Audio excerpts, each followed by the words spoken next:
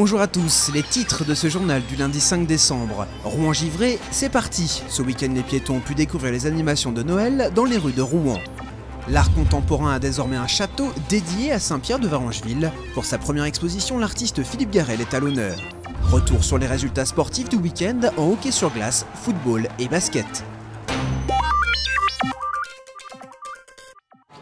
Retour de l'univers magique de Noël dans les rues de Rouen. Depuis samedi, les animations liées à l'opération Rouen-Givré ont commencé. Les piétons n'ont pas hésité à braver la pluie pour découvrir le traditionnel marché de Noël, place de la cathédrale.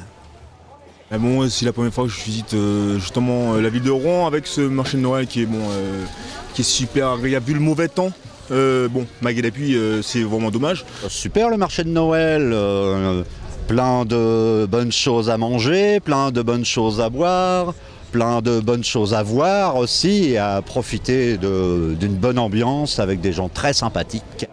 Mise en place pour les fêtes de fin d'année, cette opération se déroule du 3 au 31 décembre. Nouveauté pour cette 4e édition, un jardin des neiges sur l'esplanade Marcel Duchamp, au pied du musée des Beaux-Arts. Cet espace de glisse est dédié aux 3-7 ans, une garderie est à la disposition des parents. Les bambins peuvent y faire du ski de fond, de la luge ou profiter de la mini patinoire. Pour les grands enfants amateurs de glisse, un lac gelé de 400 mètres carrés a été installé place de l'hôtel de ville. Objectif de ces animations, amuser les petits comme les grands tout en faisant ses achats de Noël dans un des 31 chalets du marché. Tous les ans on revient, les premières années comme on avait été bien accueillis, tout ça et tout, qu'on aimait bien les gens d'ici, donc après tous les ans on est revenu, puis bon, on a des clients donc on est content d'être là, puis eux je pense qu'ils sont contents aussi qu'on soit là tous les ans, quoi. On est tellement attachés au monde parce que le monde sont sympas, on s'est fait des connaissances et puis les gens sont attachants aussi, tu sais. Puis les gens sont habitués à nous autres. Quand on arrive, on n'a pas commencé à monter, que les gens viennent « Ouais, salut, ça va bien, puis toi, vous êtes revenus, c'est le fun ». Quand le monde vient nous voir et dit « Ah ouais, on pensait pas que vous seriez là, ben là, c'est bien que vous soyez là parce que je vais mieux dormir ». C'est super agréable, comprenez? De très nombreuses animations se dérouleront dans toute la ville, avec notamment des chorales de Noël ou près de 147 activités pour les enfants. Tout le programme jour par jour sur le web, rouengivré.fr. Le château de Saint-Pierre de Varengeville devient centre d'art contemporain. Ce samedi a eu lieu le tout premier vernissage de ce nouveau lieu culturel haut normand. Il s'agit de l'exposition Multiprise de Philippe Garrel. L'artiste présente ici une série de peintures et de dessins, mais aussi des sculptures et des objets de toutes sortes. Tout le monde doit savoir ce que c'est qu'une multiprise. Et ce petit objet symbolise assez bien la manière dont j'attrape l'énergie et puis cette espèce de fil qui s'entrecroise sur une espèce de malheureuse multiprise qui n'en peut plus. Je trouve que ça symbolise assez bien mon approche de la création. Le château de Saint-Pierre de Varengeville a été achevé en 1898. Construit sur les ruines d'un château du XVIIe siècle, il a toujours abrité des œuvres d'art. Aujourd'hui propriété d'un grand assureur mutualiste basé à Rouen, ce lieu devient un centre d'art contemporain. Il accueillera chaque trimestre un nouvel artiste. Nous le souhaitons ouvert, ce site, et c'est pourquoi ce site est entièrement gratuit. Nous avons voulu faire quelque chose qui soit ouvert, qui soit accessible à tous, parce que c'est la conception d'une mutuelle qui est ouverte à tous et qui aime participer à la cité. L'artiste normand Daniel Autoire devrait clôturer l'année d'exposition.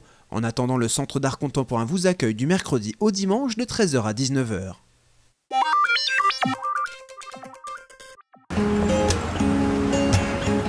Vous l'avez sûrement entendu sur les ondes, vous la découvrirez sur scène. Irma, la chanteuse camerounaise de 22 ans, est en concert en Seine-Maritime.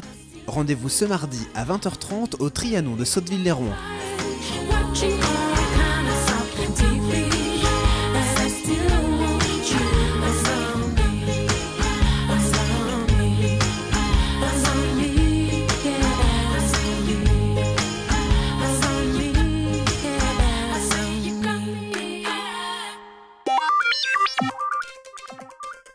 Samedi dernier, 9e journée de la saison en Pro A, le Havre a perdu à l'extérieur 72 à 74 face au leader Nancy.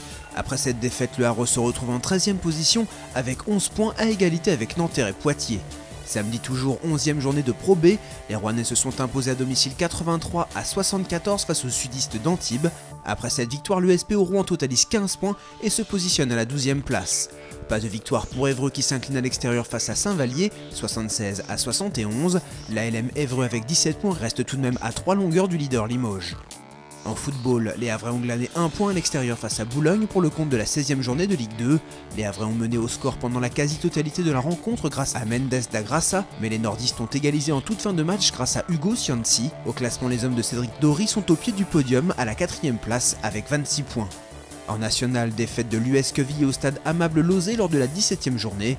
Grosse désillusion pour les hommes de Régis Brouard qui se sont inclinés face à Épinal 3 buts à 0. Avec 24 points, Quevilly se retrouve à la 11e place dans le ventre mou du championnat.